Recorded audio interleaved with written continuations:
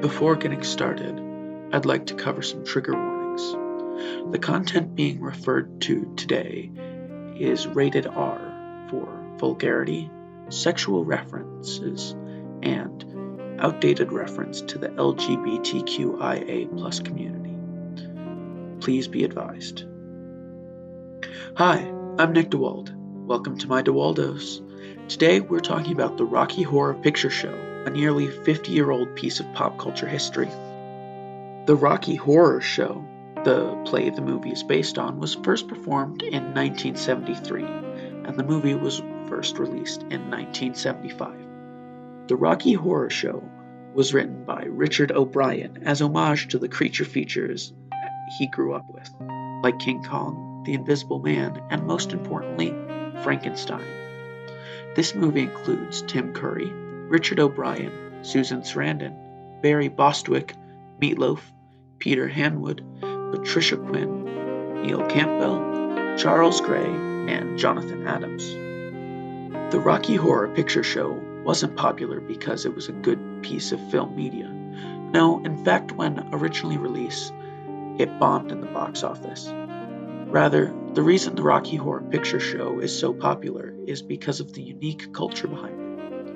The culture started in 1976 at the Waverly Theater in New York. They were picking out their midnight movie for April Fool's Day and decided on a whim to play the Rocky Horror Picture Show. This initial showing was overwhelming success as the entire audience was cheering at the screen, rooting for the heroes and booing at the villains. It was as if the entire audience had been transported back to their childhood, sitting in front of the TV for Saturday morning cartoons. This initial showing was such a success that the Waverly decided to continue these midnight showings, even playing the music in the lobby before the screen. As the midnight showings continued, the regulars started coming every week. Amongst these regulars were Bill O'Brien, who was the first person to dress up as Frankenfurter, as well as Amy Ann Theresa, who pioneered audience participation, as well as Louis Farce, who was credited as the first person to call back at the screen. These regulars were commonly referred to as the front row balcony crew, based off of their preferred seating location. Louis Farce first called back to the screen on Labor Day weekend of 1976, shouting things like, "Buy an umbrella, you stupid," as Janet held a newspaper over her head to protect herself from the rain. He also yelled, "How strange was it?" as the criminologist recites his initial speech. After that showing on Labor Day, this just kept growing. More and more people would talk back, with many new lines improvised.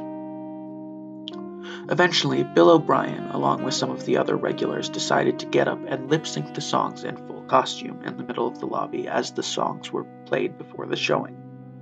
This would eventually become the floor show, but that is many iterations down the line, as this first time was short-lived, being canceled after trying to move it across town to a different theater in New York. This standard for progression for the front row balcony crew after shouting out jokes at the screen was to start implementing props. The first prop that was thrown was by Laura Ann Theresa, who threw confetti during the opening wedding scene. That idea was expanded on by Bill and Laurie, who handed out rice during the next showing. The next prop they used was throwing cards for Frankenfurter's line, cards for sorrow, cards for pain, during the song, "I'm Going Home." After that, they used candles during the rain sequence and the song, "There's a Light." This started in the balcony but moved down to the orchestra section so more people could view the candles. The next couple of showings, more and more people brought candles until nearly the entire theater was holding candles. Nowadays, the most popular prop you will see if you attend a showing today was started by Alan Rice, who sat in the orchestra section when he decided to put a newspaper on his head to mimic Janet Weiss as she protected herself from the rain. In the spring of 1977, a young woman by the name of Dory Hartley attended the Rocky Horror Picture Show for the first time.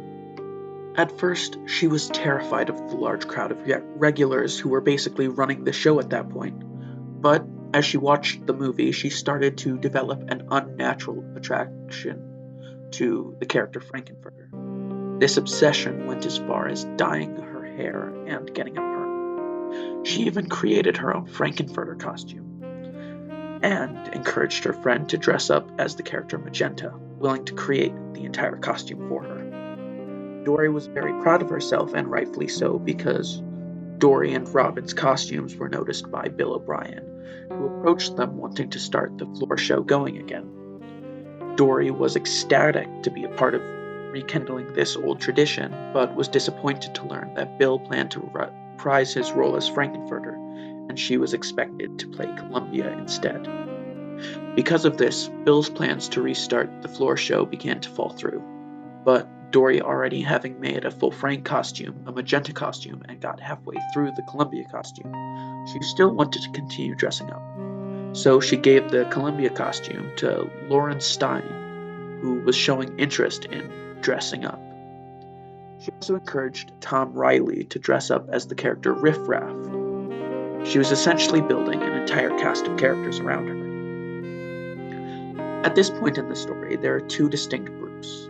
The front row balcony, made up of Bill, Amy, Theresa, Lewis, and Dory, as well as the orchestra section, made up of Liz and Josh Frank, Larry Fourier, and Sal Piro. Sal was known for throwing hot dogs around the theater and his distinct voice. So when Dory and Robin were passing out trivia of their own creation, Sal introduced himself as the voice. Robin and Dory, recognizing him for his distinct voice, became noticeably aggravated as they found it extremely disrespectful to the sanctity of the movie and Frankenfurter when Sal would throw hot dogs around the theater. So, Dory pantomimes taking out a switchblade, flipping it open, and gutting Sal. This aggravated him, as I'm sure it would anyone. So, during that showing, Sal called out, "Give it to the balcony, they'll eat anything," during the dinner sequence, when normally people would yell, "Give it to Mickey, he'll eat anything." Naturally, the balcony became annoyed, so next time Sal called it out, they yelled back, "You should know, Sal."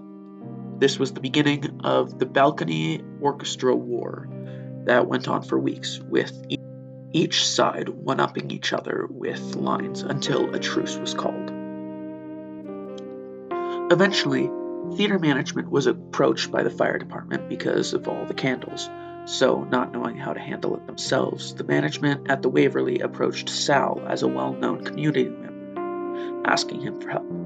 So before that next showing, Sal got up on his chair and made an announcement to stop lighting the candles that showing, and that tradition was put to an end. These types of announcements became a regular part of showings, calling out birthdays, other significant events, and any information people might need. Now, without a pre-movie floor show, the regulars wanted to try something new. So, when everyone was standing up to dance to the Time Warp, Sal, Dory, and a couple other costumed regulars ran onto the stage in front of the screen and acted out the Time Warp, Sal even replicating Columbia's tap routine with great success. This new form of audience participation sparked creativity within the regulars. Dory, who was still dressing as Frankenfurter, encouraged one of the other regulars, who was dressed as Rocky Horror, to let her chase them around the theater like Frank does in the song The Sword of Damocles. At a similar time, Sal began to develop a fascination with the character Janet. Although it was not nearly to the same extent that Dory was obsessed with Frank, Sal began to dress like Janet and jump up, pretending to catch a bouquet just like Janet does in the movie. Soon enough, more people were acting out scenes, and pretty soon audience members would act the entire movie at the same time as it was being played on the screen. Now, of course, all of these traditions have grown and changed over the years. For example, hot dogs aren't thrown anymore because of the price of meat. What I've told you here is only a small portion of the experience, and I highly recommend the experience. Of course, keep in mind, this film is quite old, and times have changed. But don't let that discourage you from participating in this most exciting film experience. Thank you for listening. I've been your host, Nick DeWald. Keep it real, my DeWaldos, and have a great rest of your day.